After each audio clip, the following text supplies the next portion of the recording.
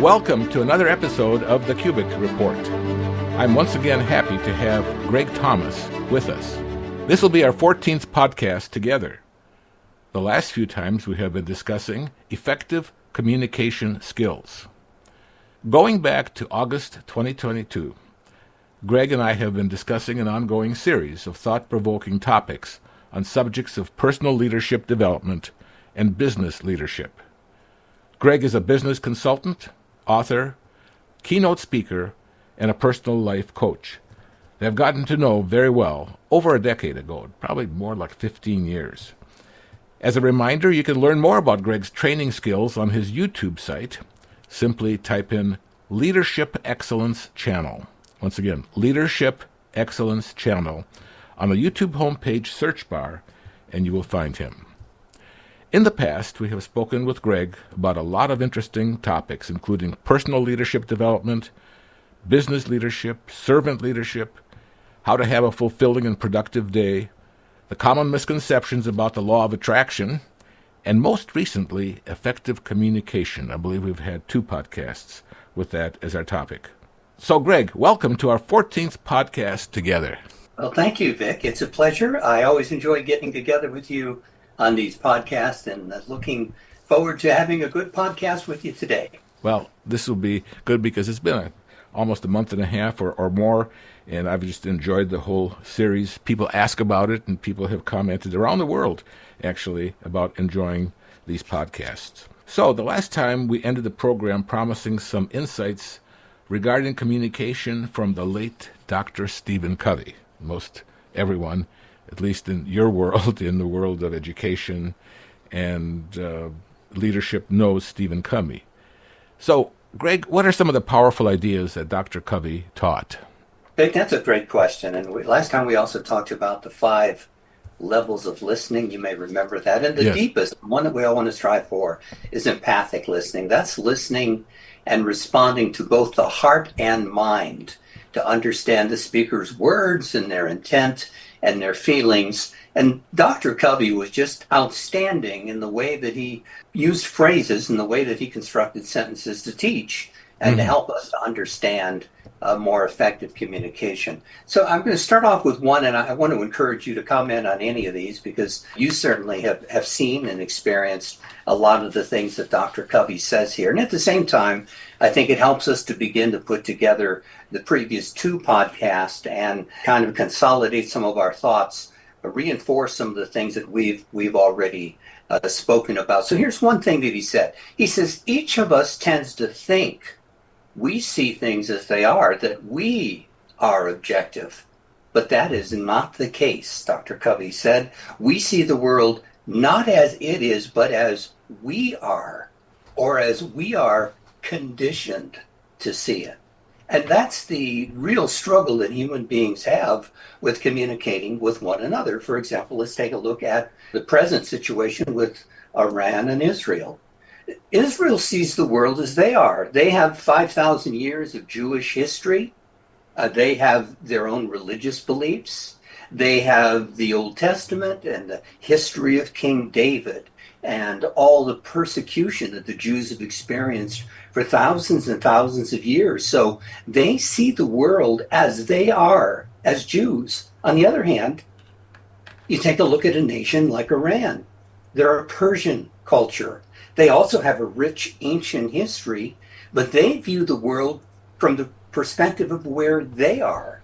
And that is that rich Persian history and also the Islamic influence on the nation and on the peoples. So they're not seeing the world as the Jewish people do. They're not seeing the world as Americans see it. They are seeing the world as they are, or as they are conditioned to see it. And that is the heart and core of why there's so much conflict in the world. And it's only by learning to listen, by learning to ask the right questions, by receiving feedback and practicing that active listening can we begin to transcend seeing the world in a limited way as only as we are and be able and begin to see the world truly as it is.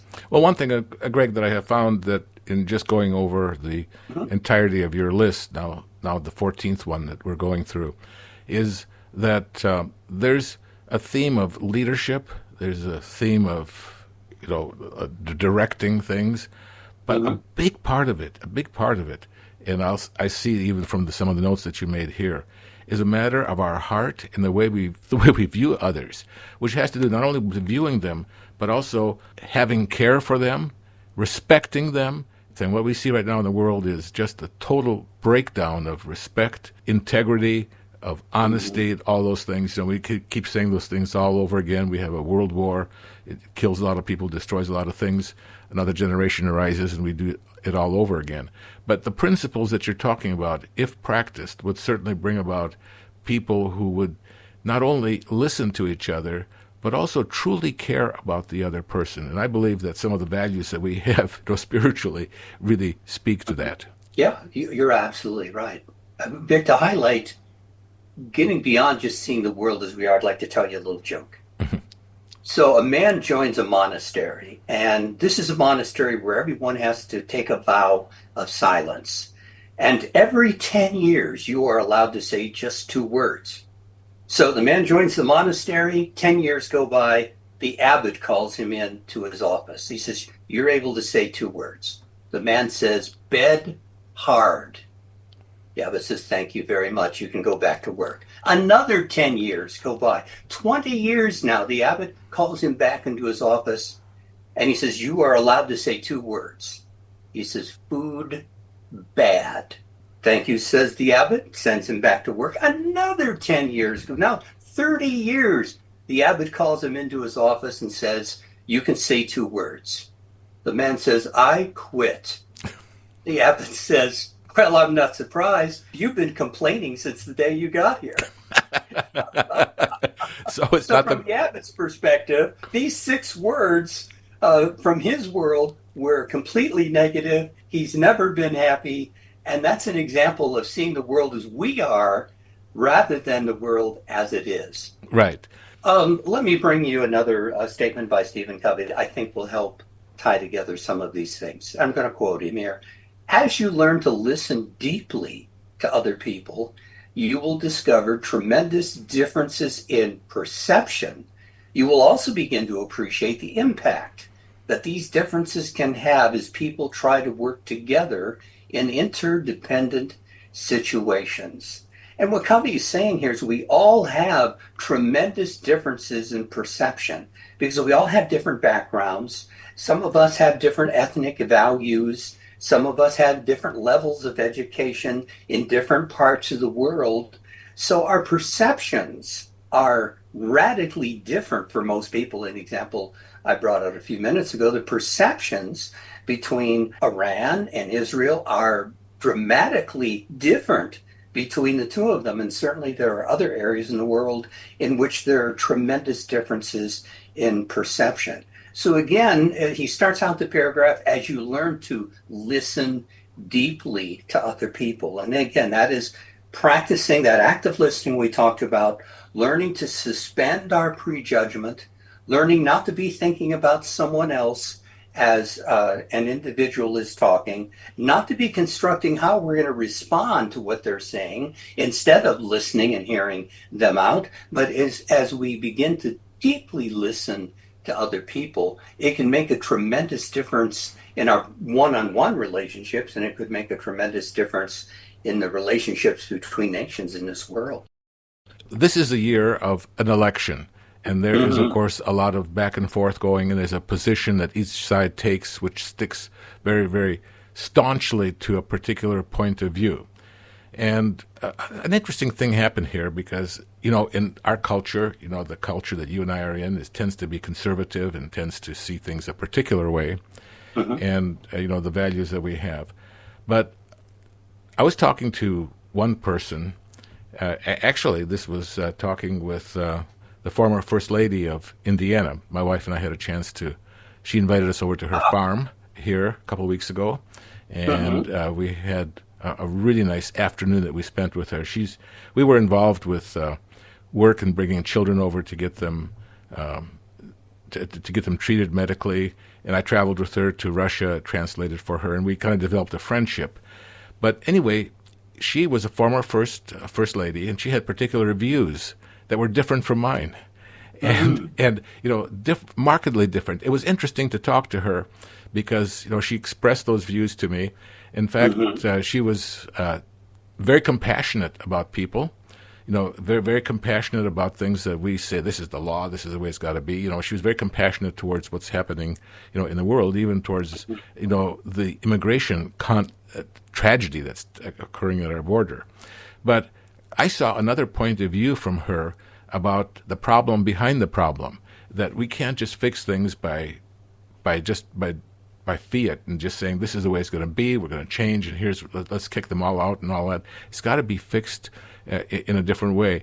Also, people who may listen to another news source, such as National Public Radio, NPR, which is very liberal, and some people find it to be very offensive to our values. But there are certain things that people need to understand where they're coming from and why they have that. We can still hold on to our position, but I feel it's very, very important to be, if I can just say, open-minded about a number of things, not that we just jump from one side to another, but there are so many positions.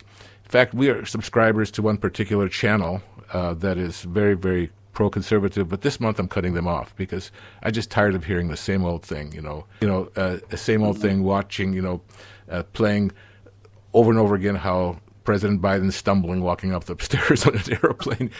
Enough of that. It's time to grow up. It's a time to see a broader view and to have greater understanding. If we're going to be people who we purport to be those rebuilding the world, we have to be very, very cautious and driven by principles and really believe them and really care for the people. We're not going to, in the future, just throw people away because they are of a different party or anything. And in my work, in humanitarian work, I find that even with people who are of a different, perhaps, sense of where I am with my faith and all, people who may have even been enemies, but I find that they get just as hungry as our people do. They need encouragement as much as we do. Absolutely. And they need an arm around their shoulders, and we have no idea what these people are going through. So a broader, more leader position is one to have compassion based upon being able to understand people and be genuine about it. So that's my little soapbox here. Oh, Vic, that's excellent. And you highlight the fact that, again, the greatest form of respect and dignity that we can offer another human being is to listen to them, is to hear them out. Because the truth is that a person's perception is their reality. I have a graphic I usually show when I'm talking about this point to my clients, and it's a little kitty cat looking into a mirror.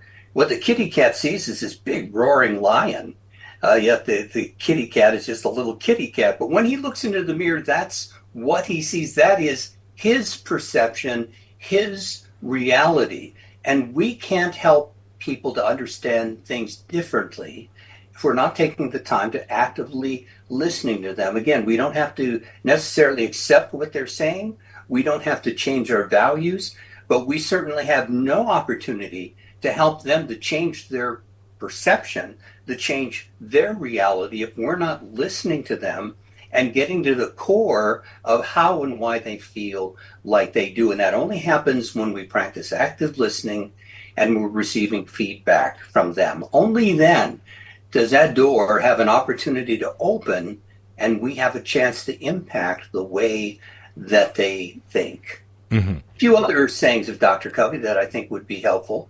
He says, most people do not listen with the intent to understand. They listen with the intent to reply. Again, that is a common human struggle.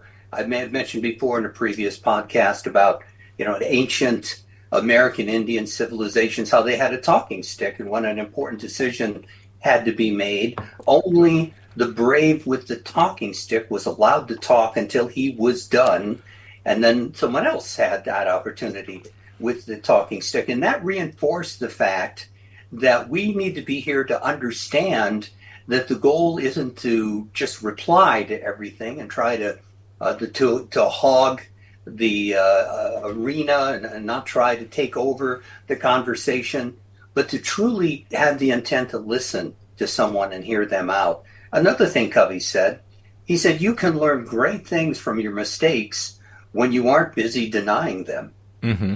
And that's another common human trait. We tend to slough off our own mistakes and our own issues. And when we do that, when we deny the things that we're struggling with, maybe our biases, maybe the fact that we're not listening or not very good listeners, when we are denying that, and we're not growing from those opportunities. So our mistakes can only be overcome when we stop living in denial and when we begin to say, hey, I need to listen more. You know what? I need to ask more questions before I come to a determination or a judgment on this. Another thing Covey said is we cannot always choose what happens to us, but we can choose our responses. Mm-hmm. So we can't always choose a negative event. The negative events are going to happen. You and I were talking about before we started some of the negative events that are going on in the world right now and the terrible suffering in Ukraine and other areas, certainly other areas of the world, Gaza and Israel and many areas of the world where people are struggling. But the key that I think that we need to understand is that we can't change those events, but what we can do is choose our response and not allow it to drag us into a tailspin downward, but to realize that there are people that are suffering, to empathize for them and with them, to help them in any way that we can, but to also accept and understand that we live in a very fragile and very dangerous world where in reality there has always been suffering. And the news doesn't highlight all the suffering going on in the world. There are other areas of the world in which there are terrible famines and things going on as you and I speak, but it doesn't hit the front page of the news. Right now it's not being covered by the media. So we can't decide what's going to happen in the world. Just some dark and negative things are going to happen, but we can choose to try to respond in the most productive way that we can to help others who are suffering. And as a humanitarian, I think you, of course, know and understand that there are certain things that can be done to minimize suffering. There are things that can be done to alleviate levels of suffering, even though we can't make the suffering go away. And we can't fix the world, but we can do what we can to help people who are going through tremendous trauma at this time in history and in our world events. Right, and a lot of that takes some experience in knowing what to do and when to do it, what not to do. Even there's a lot of things that shouldn't be done and should be done better.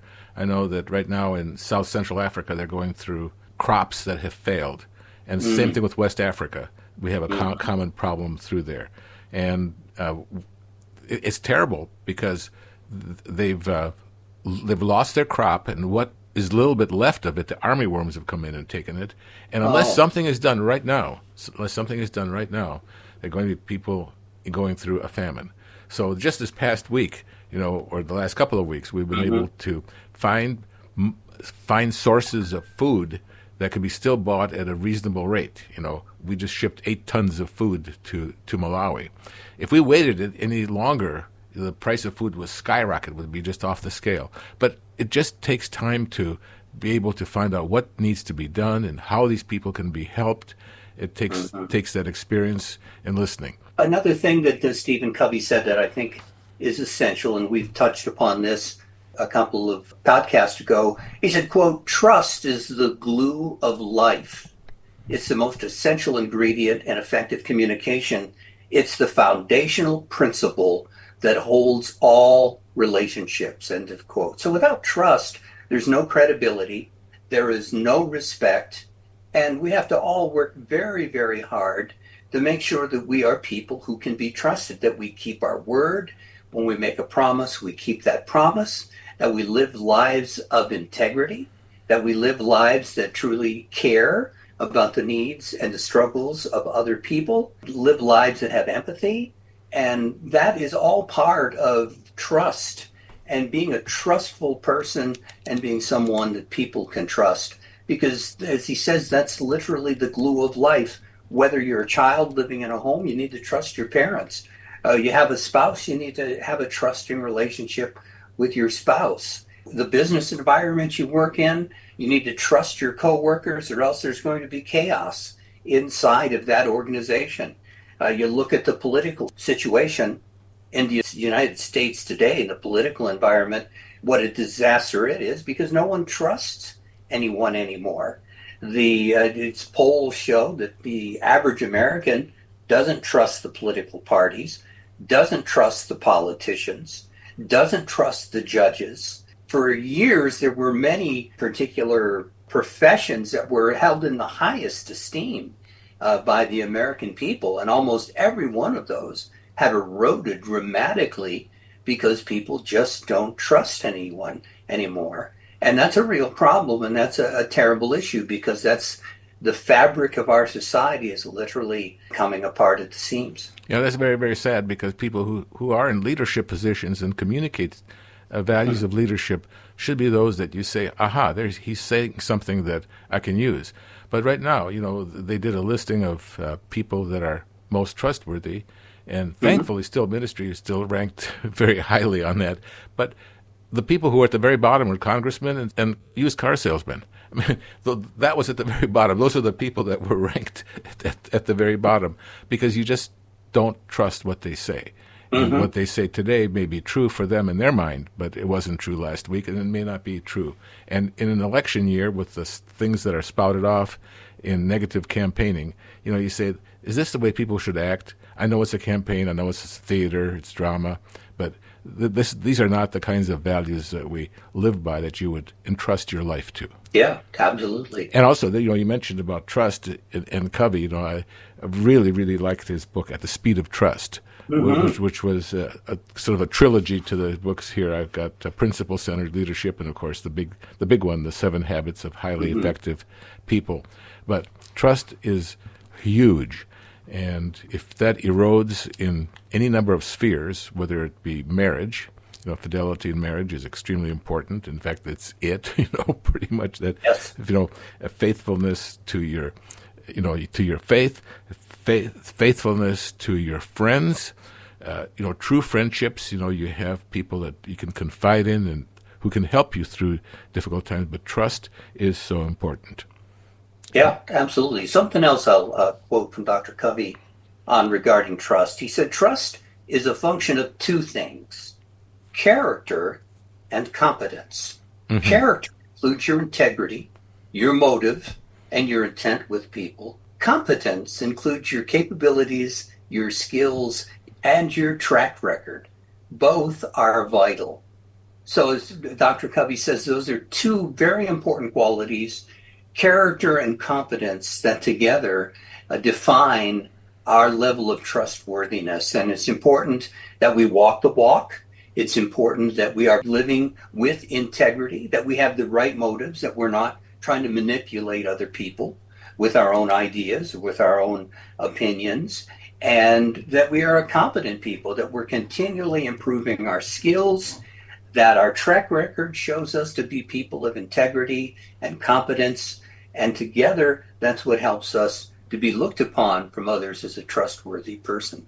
One thing you brought up, and this is the other question that may be worth an entire podcast, is about communication through writing. What we would put in writing, and that would be not only writing letters and statements, but also in social media, which could be altogether something very, very big to talk about. But there are communication things that we do in writing that we should do that maybe don't work too well in person.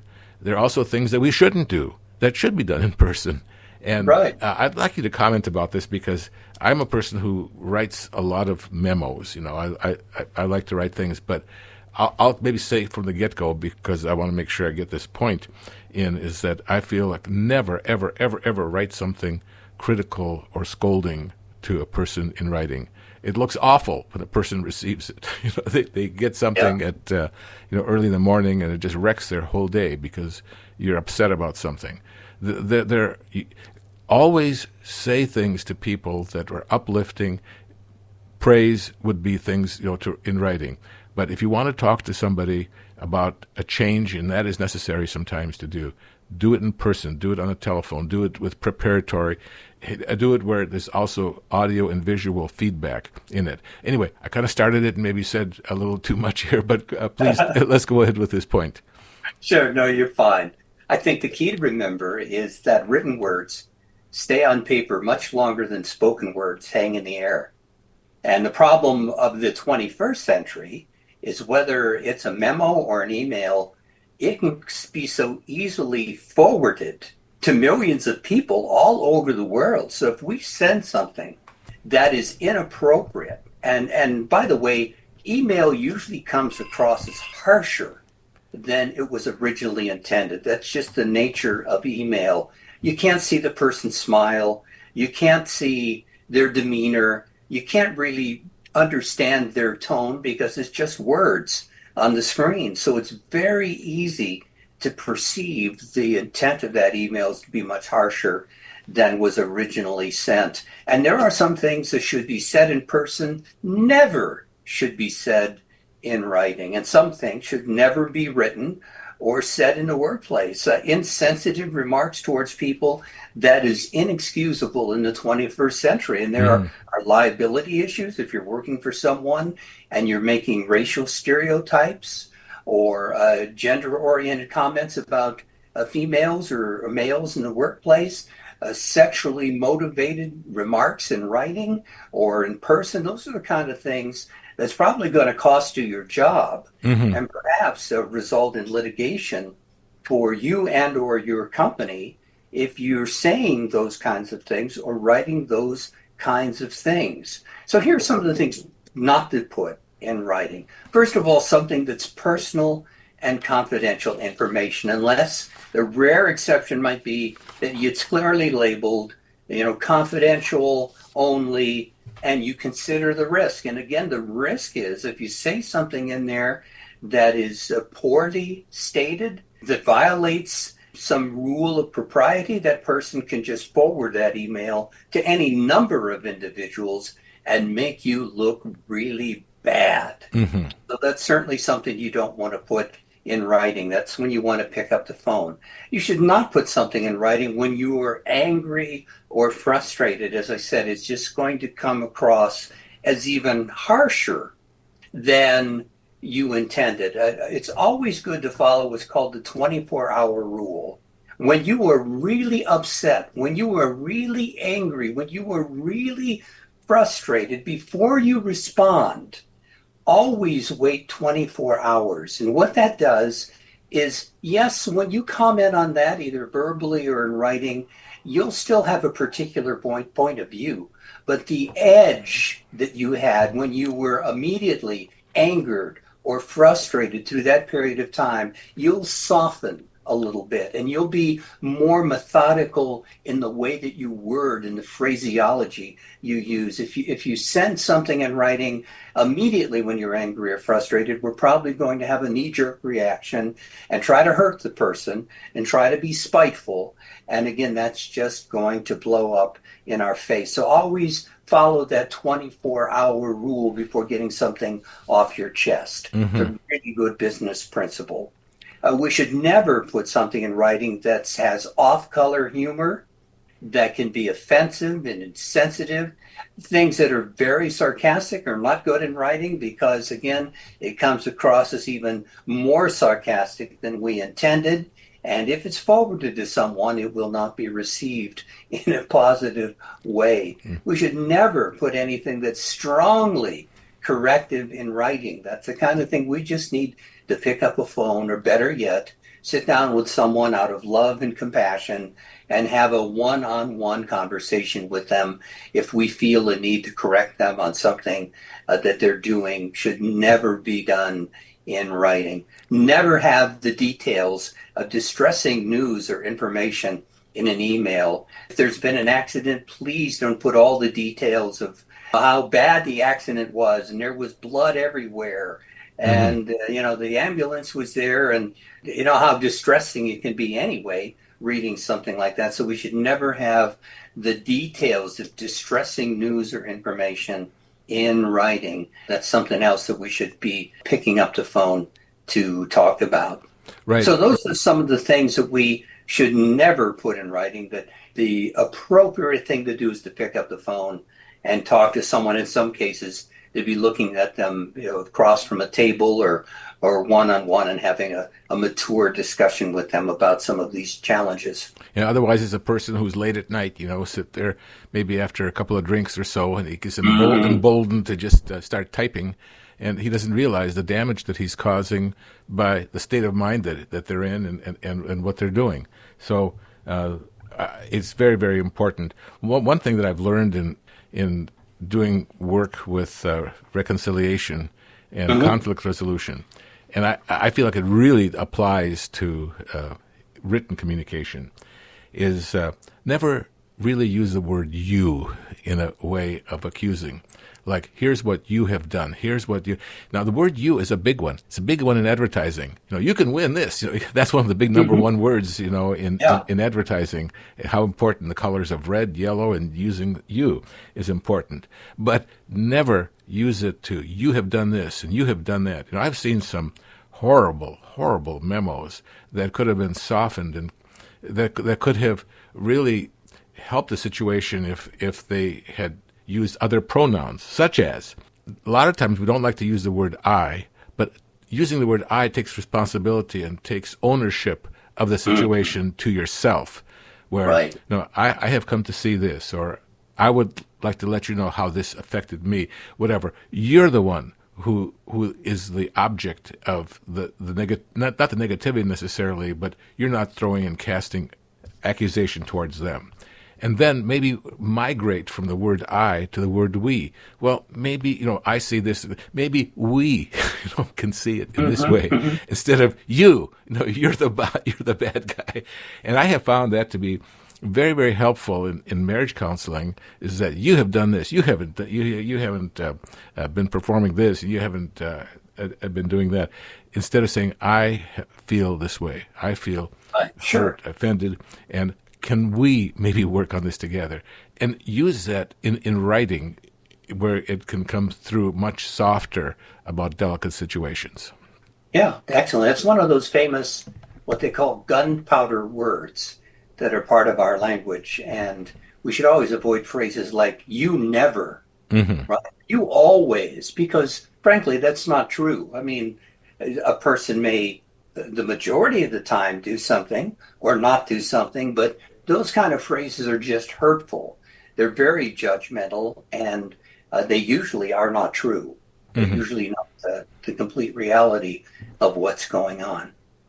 Well, this has been just very, very helpful, and I feel, Greg, that there's probably lots of things here that we could follow up on. And talking to you, I might like to solicit our audience here and say that if there's something here that you have found to be interesting that you would like us to talk about, maybe write to us. Write to us at the address that I have at the end of this podcast, because Greg Thomas and I would really like to have some feedback of what you think and also what you would like us to discuss. Thank you very much, Greg. Always enjoy having you, and looking forward to the next time around. Well, thank you, Vic. It's been enlightening, and it's been a pleasure as always. Thank you. Thank you for listening to us today on the KUBIK Report. We welcome you to share this podcast and tell your friends about it. We can be found on a variety of platforms, including Apple and Google Podcasts, Pandora, Spotify, iHeartRadio, Audible, and many other platforms. You can easily find us at any browser address box by typing in the words, The KUBIK Report, and there we are. Remember, KUBIK is spelled K-U-B-I-K. So we'd love to hear from you. Write to us at vkubik@gmail.com. That's vkubik@gmail.com. Again, thank you for listening. Come back soon for more.